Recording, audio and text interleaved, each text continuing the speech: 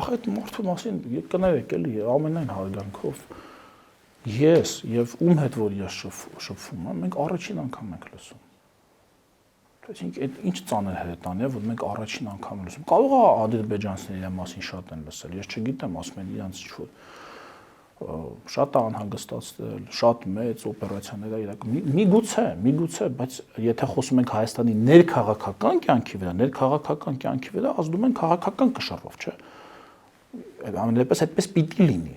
Այդ ինչ ծանր հրետան է, որ մենք առաջին անգամ ենք լսում։ Այ եղել են հրամանատարներ, գիտեք, հայտնի բան, անունները գիտենք, հիմա չթվարկենք, լավ ենք վերաբերվել, վատ ենք վերաբերվել, ինչ հեղինակություն։ Առանձին մի կողմից առաջին անգամ ենք լսում այդ մարդու մասին, ու միանգամից ոչ ավել ոչ պակաս եղավ մեր ներքաղաքական կյանքի ծանր հրետանին։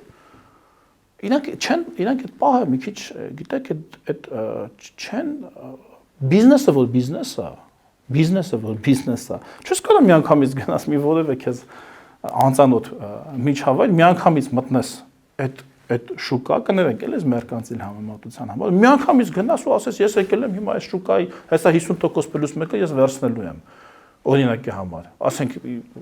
ոչ մեկ, ոչ երկու։ Բա առավել եւս քաղաքական մտքերի, քաղաքական գաղափարների պայքարի դաշտում քանի, ասում եմ, մեկ հիշեք էլի մեր բոլոր, ասենք, մեր պետության ղեկավարներ,